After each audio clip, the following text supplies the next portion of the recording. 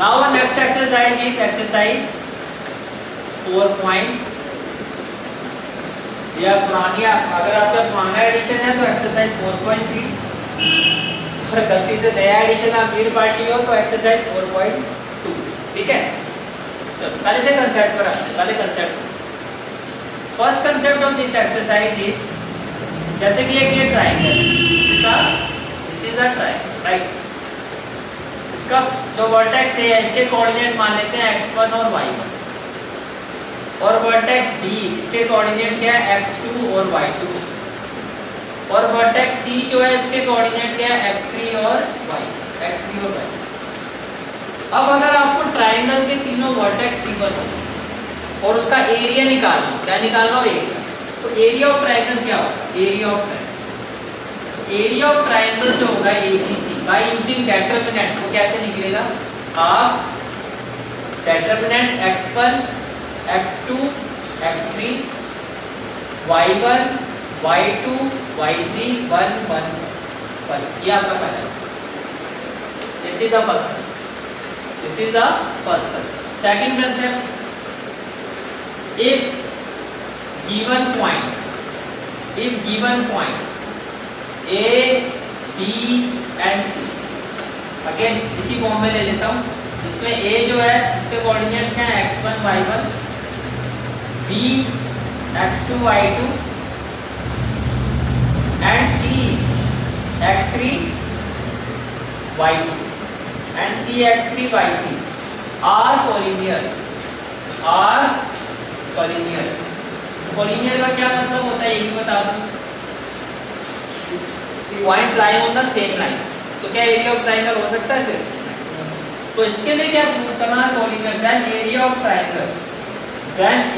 Triangle जो होगा आपका वो 0 के इक्वल होगा। तो अगर आपको 3 पॉइंट्स गिवन और एक आ जा रहा है प्रूव दैट कोलिनियर है, तो आप एरिया ऑफ ट्रायंगल निकालोगे, क्या आ जाएगा 0, इससे प्रूव हो जाएगा कि कोलिनियर। ये क्या है, कोलिनियर। थर्ड कंसेप्ट वो मैं यही बता देता हूँ आपको, जो इस एक्सरसाइज में यूज होगा वो थर्ड कंसेप्ट क्या है। आपको एक वर्टेक्स गिवन है से A, जिसके कोऑर्डिनेट्स क्या है x1 और y, and another vertex is B, जिसके कोऑर्डिनेट्स क्या है x2 और y, इसके कोऑर्डिनेट्स क्या है x2 और y। ये बात समझ में आ रही है? ठीक है। अब आपको ये कहा जा रहा है कि एक लाइन जिसके एंड पॉइंट ये, एक लाइन जिसका एंड पॉइंट क्या है A और B है, इसकी इक्वेशन फाइंड, समझ पा रहे हो? ठीक है, तो A आपको गिवन है, जैसे एग्जांपल के तौर पर, नॉर्मल एग्जांपल पे ले लेता हूं, मान लो ये 2 3 है, और B जो है, मान लो B जो एंड पॉइंट है इसके कोऑर्डिनेट्स क्या है 4 और 6, इसका क्या है 5,6 या 5,7। तो A का कोऑर्डिनेट क्या हो गया 2,3 और B के कोऑर्डिनेट्स क्या हो गया 5,7, और आपको कहा जा रहा है इस लाइन की इक्वेशन बताओ। तो जब भी ऐसा क्वेश्चन आएगा, एक लाइन में तो पता नहीं कितने जनरल पॉइंट होंगे, जनरल पॉइंट का मतलब x और y है, तो हम मान लेंगे कि इस लाइन पर एक जनरल पॉइंट है C, इस लाइन पर एक जनरल पॉइंट है क्या C, और जिसके कोऑर्डिनेट क्या है x, y। Let there be a point C between these two points, let there be a let C be any general point with coordinate x, y between A and B। हो गया। अब ये तीनों point क्या दिखाई दे रहे हैं, collinear. Now these 3 points are collinear, it means area of triangle should be equal to 0, it means area of triangle should be equal to 0। जब हम इक्वल टू 0 करके जो इक्वेशन आएगी वही आपकी रिक्वायर्ड इक्वेशन होगी, वही आपकी क्या होगी, रिक्वायर्ड इक्वेशन। पॉइंट 3 क्लियर हो गया, ठीक है। एक और इंपॉर्टेंट कंसेप्ट है आपका, ध्यान से समझना। अगर आपको क्वेश्चन में कहा जाता है कि एरिया ऑफ ट्रायंगल की वैल्यू मान लो k है, क्वेश्चन में कहा जाए एरिया ऑफ ट्रायंगल k, ये कुछ भी हो सकता है 4 5 6, तो जब आप सॉल्व करोगे तो आप एरिया ऑफ ट्रायंगल को k नहीं लोगे, आप लोगे area of triangle equal two plus minus k, because negative value भी एरिया में एग्जिस्ट करती है। अगर -4 भी आ गया अगर एरिया ऑफ ट्रायंगल, तो आप क्या कहोगे 4, area can't be negative, that means 4। तो k का मतलब आप अपनी साइड से वैल्यू को प्लस माइनस में दो। तो these 4 concepts for exercise 4.2, these are the 4 concepts for exercise 4.2। पहले अच्छे से नोट डाउन करो फिर एक्सरसाइज करो। First question of exercise 4.2, first question of exercise 4.2, find the area of triangle with vertices at the point given in each of the following. तो देखो first part क्या है आपका, first part is 1,0, given vertices are 1,0, 6,0 और 4,4, ठीक है। let given vertices be, let given vertices be, इसको आप ले लो A 1,0, इसको ले लो B 6,0 और इसको ले लो C, ये हो गया 4, ये हो गया 4, यहाँ तक क्लियर हो गया, ठीक है। अब आपको क्या फाइंड करना है, area of triangle. Now area of triangle, area of triangle अगर ABC है तो एरिया ऑफ ट्रायंगल ABC हो गया। फिर क्या हो गया, area of triangle ABC। Formula क्या होता है, half x1 x2 x3 y1 y2 y3 1 1 1, यही था, ठीक है। It will be equal to half, it will be equal to half x1 1 x2 6 x3 4 y1 0 y2 0 y3 3 और 1 1, ये वैल्यू होगी, ये हो गया आंसर, ठीक है। अब ये बताओ किसके सबसे इजी किसके अलोंग है, C2, 2 0 आ रही, इसमें डायमंड एलिमेंट कौन सा है, C2 में डायमंड एलिमेंट कौन कौन सा है, 0 और 3। एक तो ये है आपका डायमंड एलिमेंट और ये आपका डायमंड एलिमेंट, इसका साइन क्या होगा, चेंज होगा, इसका साइन क्या होगा आपका, चेंज होगा, राइट। तो आपने क्या किया, expand along C2, expand along C2, expand along C2, कहने से that area will be equal to, तो area of triangle ABC will be equal to, देखो हाफ तो आपका एज इट इज हो गया, ये आपने ऐसे ब्रैकेट लगा दिया, सबसे पहले क्या आएगा 0, फिर 0, हालांकि -0 0 तो 0 ही लिखोगे, फिर ये तो डायमंड एलिमेंट है नहीं, इसको +0 कर दो, अब ये डायमंड है तो इसको कर दो -3, अब ये इसी पर ध्यान दें, ये वाली लोअर कॉलम छोड़, 3 वाली लोअर कॉलम छोड़ दो, तो 1 × 1 1 और माइनस में क्या हो गया 6, ये आपकी वैल्यू ऐसे। Now it will be equal to half and -3 1 - 6 क्या हो जाएगा, -5, तो माइनस माइनस क्या प्लस, माइनस माइनस क्या प्लस, ये हो गया 15, तो आपका आंसर क्या हो गया 15/2 स्क्वायर, 15/2 स्क्वायर। अच्छा एक चीज और, जब आप ये सॉल्व कर रहे हो आप इसकी जगह ये साइन भी लगा, पहले बताओ क्यों, ये अगर नेगेटिव भी होगा तो क्या हो जाएगा, पॉजिटिव, आप इसको ऐसे भी अगर समझ आ रहा है तो आप इसको डायरेक्टली ऐसे भी इस तरह से कर सकते हो कि भैया ये हमारी वैल्यूएशन आ रही है, अब 15 है तो एब्सोल्यूट वैल्यू आएगी, तो 15/2 square, this is the final answer. फिर हो गया आंसर का, साथ में करना है, आप भी शुरू हो जाओ, और जिसको नहीं समझ में आया वो देखो। पार्ट थर्ड का given points are, given points are, given points are, given points are -2 -3, -2 -3, 3,2 3,2 and -1 -1 -1 -1 -8, these are the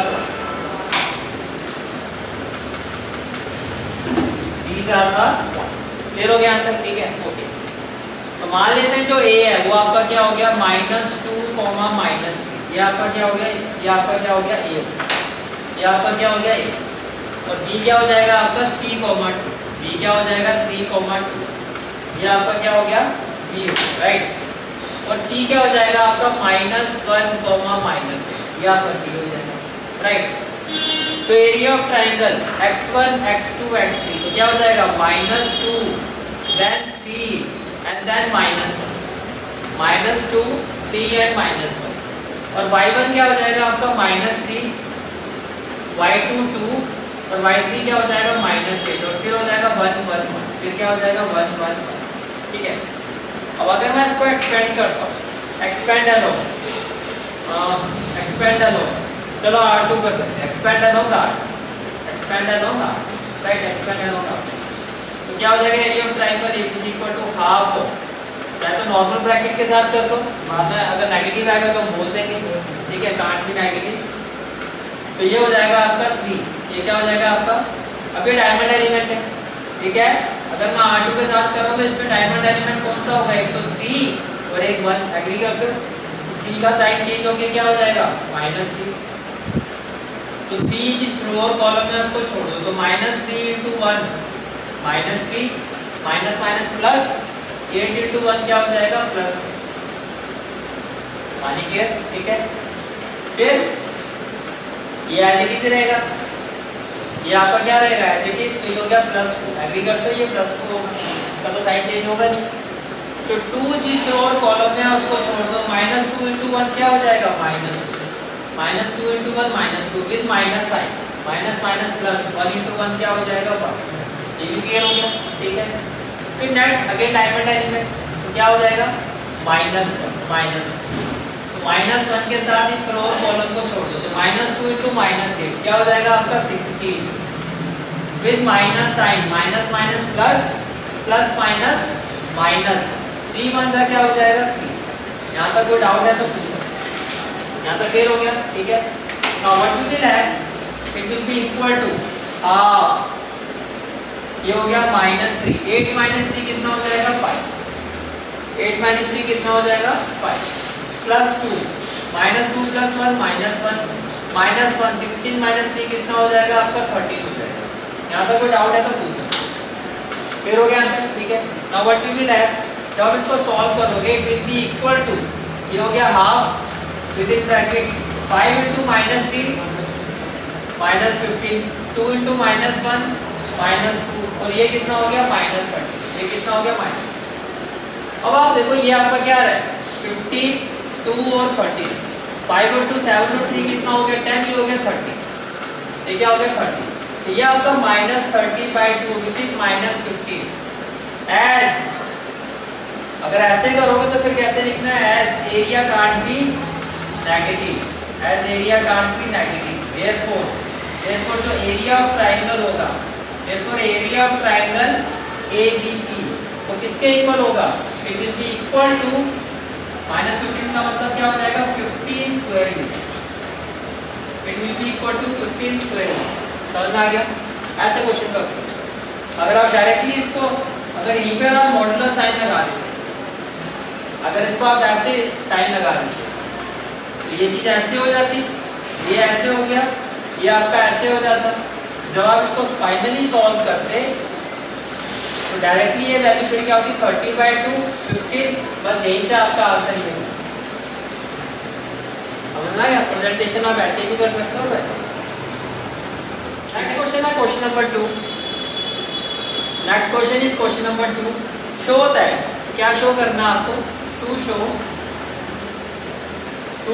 what we have to show that point A with coordinate ये ना A, B + C, A, B + C, point B, B, C + A and point C इसके coordinates क्या है C, A + B R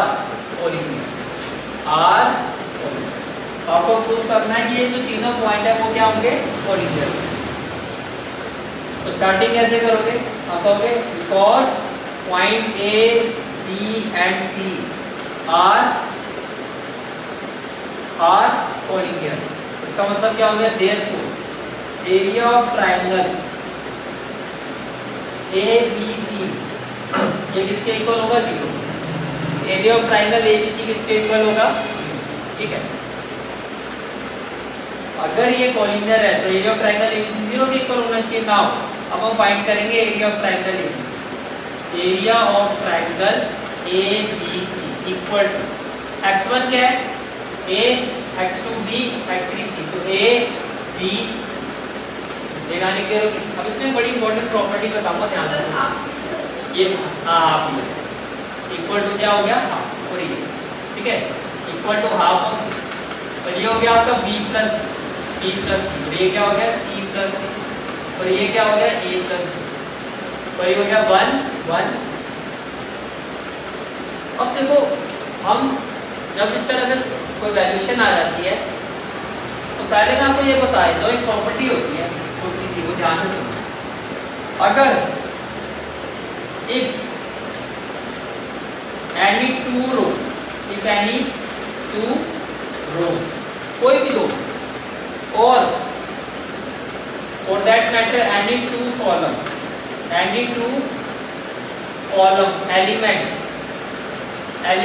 are identical, अगर कुछ ऐसा हो जाए then तो वैल्यू ऑफ डेटरमिनेंट जो 0 के इक्वल होती है।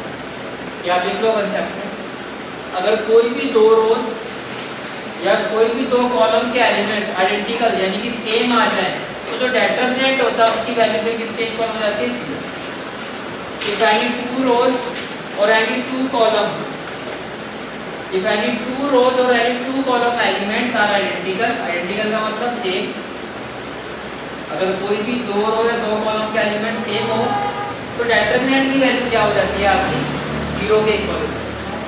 लिख लिया है, and value of determinant will be equal to 0। Clear हो गया? अब ध्यान से अब ये जो डेटरमिनेंट है ये उसी पर सॉल्व हो जाएगा। क्यों हो जाएगा मैं बता, क्या आप एग्री करते हो, ये C1 है तो मैं C1 पर एक ऑपरेशन लगा रहा हूँ। क्या लगा रहा हूँ? ऑपरेशन का मतलब मैं क्या कर रहा हूँ कि C1 में मैं C2 के एलिमेंट ऐड कर रहा हूँ। और बार एक ऑपरेशन लगाया मैंने, क्या कि कॉलम 1 के जितने भी एलिमेंट है, जिस पर ऑपरेशन लगा उसी में चेंजेस होगा। कॉलम 1 के जितने भी एलिमेंट है उसमें मैं C2 के एलिमेंट्स ऐड कर रहा हूँ। अब कॉलम 1 की वैल्यू क्या होगी ये बताओ। हाँ, अगर मैं A में, अभी ऐड होते हैं कॉरस्पॉन्डिंग, अगर मैं A में ये ऐड कर दूंगा तो ये फर्स्ट एलिमेंट क्या बन जाएगा, A plus B plus C। Agree करते हो? ऐसे अगर मैं B में इसको ऐड कर दूंगा तो ये भी क्या बन जाएगा, A plus B plus C बन जाएगा। ऐसे अगर मैं C में इसको ऐड कर दूंगा तो ये भी क्या बन जाएगा, A plus B plus C बनेगा। ठीक है, अब C2 में तो कोई ऑपरेशन नहीं है तो वो एज इट इज, C2 क्या हो गया, B plus C, C plus A plus B, पर ये क्या हो गया 1 1 1, ये क्या हो गया 1 1 1। क्लियर हो गया? अब आप एग्री करते हो कि मैं A plus B plus C को C1 से कॉमन ले सकता हूँ। Taking out A plus B plus C, taking out A plus B plus C common from C1। आपने इसको कॉमन ले लिया, तो जैसे आपने इसको कॉमन ले लिया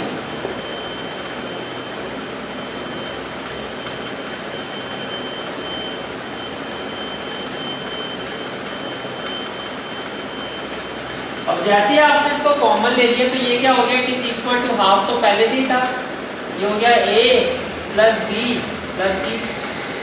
कॉमन ले लिया ना आपने, इस एलिमेंट को सभी से कॉमन ले लिया। जब आपने इसको C1 से कॉमन ले लिया तो C1 में जितने भी एलिमेंट है वो क्या हो गए 1 1 1, और ये क्या हो गया B plus C, then C plus A, then A plus B, और ये क्या हो गया 1 1 1, ये क्या हो गया 1 1 1। क्या मैं कह सकता हूँ ये जो डेटरमिनेंट है या एरिया ऑफ ट्राइंगल, जो आपका ये एरिया ऑफ ट्राइंगल है, which implies area of triangle ABC जो आप फाइंड कर रहे थे वो 0 के इक्वल हो गया, क्योंकि ये वैल्यू 0 होगी। या फिर मैं पहले लिख देता हूँ equal to half of A plus B plus C into 0। ये पूरा क्या हो गया 0, क्यों? बिकॉज जो C1 के एलिमेंट है और जो C3 के एलिमेंट है वो आइडेंटिकल है। इसका मतलब एरिया ऑफ ट्राइंगल ABC क्या हो गया 0, that is A, B and C are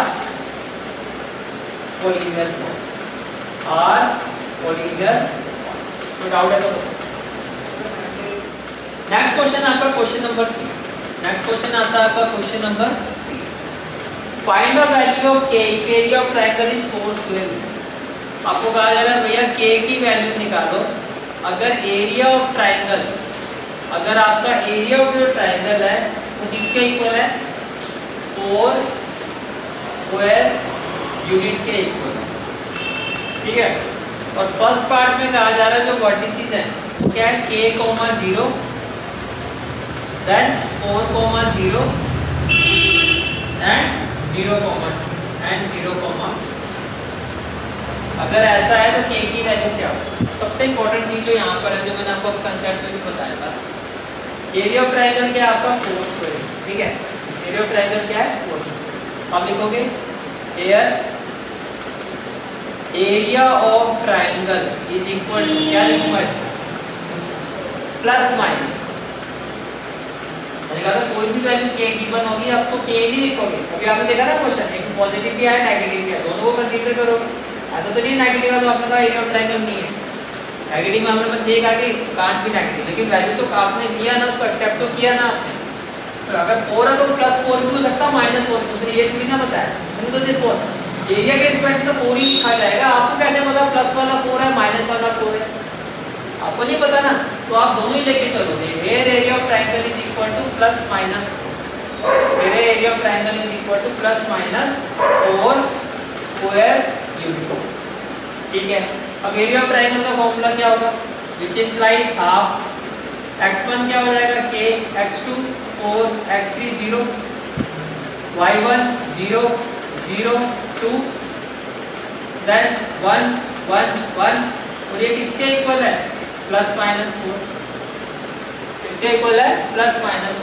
सबसे इजी ऑप्शन क्या C2, सबसे इजी ऑप्शन क्या, expand along, expand along C2, सबसे इजी ऑप्शन क्या, एक्सपेंड अलोंग C2, क्या हो जाएगा हाफ। जब इसको सॉल्व करोगे, अब देखो तो ये डायमंड एलिमेंट, ये भी डायमंड, जीरो के अंदर कोई मतलब भी नहीं है, +0 ये भी एज इट इज, ये +2 का क्या हो जाएगा माइनस, ये +2 का क्या हो जाएगा माइनस। अब जो 2 वाला जो रो कॉलम है वो छोड़ दो, तो k × 1 क्या हो जाएगा k विद माइनस साइन, 4 × 1 क्या हो जाएगा, ये बात समझ पा रहे हो, इक्वल टू क्या हो गया +-4, इस 2 को यहाँ ले, 2 4 का क्या हो जाएगा 8, तो ये हो गया -2k - 4 इक्वल टू +-8, ये समझ में आ रहा है, ठीक है। ओके, अब यहाँ पर दो केसेस बनते हैं, केस 1 में क्या कहोगे, -2k - 4 इक्वल टू 8। जब मैं इसको सॉल्व करूंगा तो -2 से ये कैंसिल होके क्या हो जाएगा -4, -2 से, तो k -4 इक्वल टू -4, तो k इक्वल टू क्या हो गया 0, एक वैल्यू तो भैया फिर ये बनती है, k की वैल्यू ये हो सकती है ना। और अगर केस 2 -2k - 4 इक्वल टू क्या हो गया -8, -8 से माइनस कैंसिल, 2 1 जा 2, 2 4 जा 8, दूसरी वैल्यू क्या पॉसिबल होगी 8, that is k can either be 0 और k can either be 8 with respect to this, कोई डाउट है तो बताओ, पार्ट 2 हो जाएगा, कर लोगे, चले आगे, ठीक है। Question number 4 part 1, find the equation of line joining 1, 2। तो first of all let given points are, let given points be, एक पॉइंट को हम दे देते हैं a विद कोऑर्डिनेट 1, 2 एंड दूसरे पॉइंट को हम दे लेते हैं b with coordinate 3, 6, at the given points b 1, 2 and b 3, 6। अब आपको कहा जा रहा है find the equation of line joining 1, 2 and 3, 6 using determinant, okay. तो first of all let p x, y be any general point between a and, ये बात समझ में आ रही है। तो आपने ये कहा दैट इज, आप ये कह रहे हो एक लाइन है, इसका एक पॉइंट क्या है a विद कोऑर्डिनेट 1, 2, दूसरा पॉइंट है b विद कोऑर्डिनेट 3, 6 और इसके बीच में एक पॉइंट है p with coordinate x, y, ये कह रहे हो ना, ठीक है। Now point A P and B, क्या कहा आपने, now points A P and B are collinear. कैसे पॉइंट है आपके, ये collinear point, these are the collinear. Clear हो गया, ठीक है। therefore area of triangle A P B इसके इक्वल होना चाहिए 0, which implies half sin of determinant x1 1 x2 x x3 3 y1 2 y2 y y3 6 1 1 1 equal to क्या हो गया, इक्वल टू क्या हो गया आपका, यहाँ तक कोई डाउट क्लियर है, यहाँ तक ठीक है। अब क्या करोगे इसमें, एक्सपेंड अलोंग, इसी के अलोंग कर दो, एक्सपेंड अलोंग से R1, expand along R1, expand along R, clear हो गया, ठीक है। विच इम्प्लाइज, ये हो गया आपका हाफ, ये क्या हो गया हाफ। फर्स्ट एलिमेंट क्या है आपका 1, फर्स्ट एलिमेंट क्या है 1, तो 1 का रो और कॉलम छोड़ दो, तो y into 1 y minus 6 क्या हो जाएगा, y minus 6, तो ये हो गया y minus 6। फिर ये डायगोनल एलिमेंट है, तो क्या हो जाएगा -2, तो ये हो गया आपका -2 -2। अब 2 का रो और कॉलम एलिमेंट छोड़ दो, तो x into 1 क्या हो जाएगा x into 1 क्या हो जाएगा x, और -3 into 1 क्या हो जाएगा -3 into 1 क्या हो जाएगा -3। ये क्लियर होगी बात, ठीक है। प्लस नेक्स्ट एलिमेंट क्या आपका 1, तो प्लस आपने क्या लिखा 1, प्लस क्या लिखा 1 का रो और कॉलम एलिमेंट छोड़, तो x into 6 क्या हो जाएगा 6x, और -3 into y क्या हो जाएगा -3y, ये बात समझ में आ रही है, ठीक है। और ये इक्वल टू में क्या है, ये इक्वल टू में क्या है आपका, यहाँ तक क्लियर हो गया, ठीक है।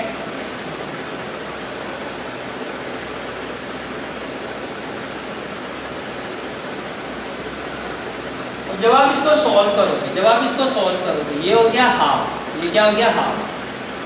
y minus 6 को 1 से करोगे तो क्या हो जाएगा, y minus 6 minus 2x minus minus plus 6, ये क्लियर हो गया, ठीक है। प्लस 6x minus 3y और इक्वल टू क्या हो जाएगा 0, डिवाइड इधर जाके क्या हो जाएगा मल्टीप्लाई, 2 0 था 0।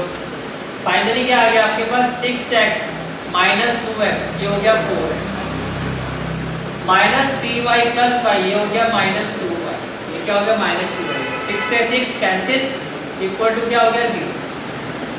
या तो आप इसको ऐसे लिखो, इसको मैं अगर इधर शिफ्ट कर दूं तो 4x, या तो देखो यहाँ से 2 कॉमन, सबको 2 से डिवाइड करो, 2x minus y equal to 0।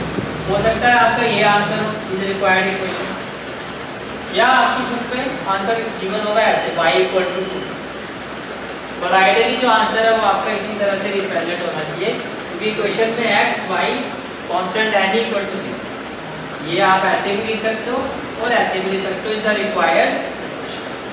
अब बोलो पार्ट 2 हो जाएगा, सेम ऐसे ही है, कर लोगे, ठीक है। Question is question number 5, find the area of, if area of triangle is 35, तो पहले मुझे बताओ इसको लिखूं कैसे। यस, एरिया ऑफ ट्रायंगल अगर 35 है तो आप कहोगे प्लस माइनस 35 स्क्वायर, ठीक है। फिर आपको पॉइंट्स गिवन है, पॉइंट्स क्या है 2, -6, देन 5, 4 एंड k,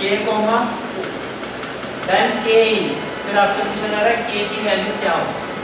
अब अगर एरिया ऑफ ट्रायंगल इसके इक्वल है तो area of triangle bye formula क्या होगा, half x1 2 x2 5 x3 k, y1 -6 y2 4 और y3 4, हो गया 1 1 1 and it is equal two plus minus 35, it is equal two plus minus 35। पहले तो 2 को यहीं शिफ्ट करो, 2 को यहाँ शिफ्ट करो तो 70 हो जाएगा, और इसको एक्सपेंड करो, चलो इसको एक्सपेंड हुई, expand along expand along R1 से कर दूं, तो दिक्कत तो नहीं है, एक्सपेंड अलोंग R1। इसको मैं वहाँ लेके जा रहा हूँ, इसको सॉल्व। तो फर्स्ट वैल्यू क्या हो जाएगी 2, फर्स्ट वैल्यू क्या हो जाएगी 2, 2 का रो और कॉलम छोड़ दो, 4 बन जा 4 माइनस 4 बन जा 4, ये डायमंड एलिमेंट -6 की जगह +6, -6 की जगह +6, तो ये ऐसे हो गया आपका 5 बन जा 5 माइनस के, 5 बन जा 5 माइनस के, प्लस में क्या आपका 1, प्लस में क्या आपका 1, 5 4 जा 20 और -4, 2 यहाँ चला प्लस माइनस 7, प्लस माइनस क्या हो गया 7, ये कहानी क्लियर है, ठीक है। ये तो भैया 0, 4 - 4 0, ये सारा 0 हो गया।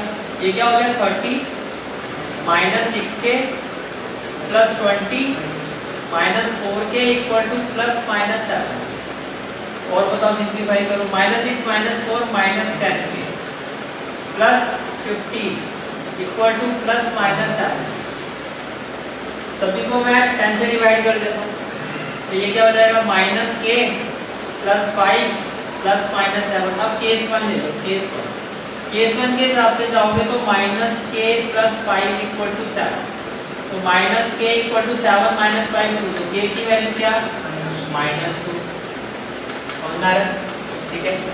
और अगर केस 2 के हिसाब से चलते हो, केस 2 क्या होगा -k + 5 equal to -7 which implies -k equal to -7 - 5 -12, k की वैल्यू क्या होगी 12। अब बताओ आंसर में क्या है, ऑप्शन डी, k की वैल्यू क्या 12 या k की वैल्यू माइनस, तो right answer is option D. और इसी के साथ एक्सरसाइज 4.2 क्लियर हो गया, ठीक है। This is for today's class. I hope you like this class, and if you like this class then do like, share and subscribe my channel and don't forget to press the bell icon. Bell icon press करने से क्या होगा, जो भी मैं lecture upload करूंगा you will get the notification of that lecture. Thanks for watching this video. जहाँ तक आपके मैथ्स कोर्स की बात है, कंप्लीट मैथमेटिक्स कोर्स की जो प्लेलिस्ट का लिंक है वो आपको डिस्क्रिप्शन सेक्शन में मिल जाएगा। So bye, take care and have a great day.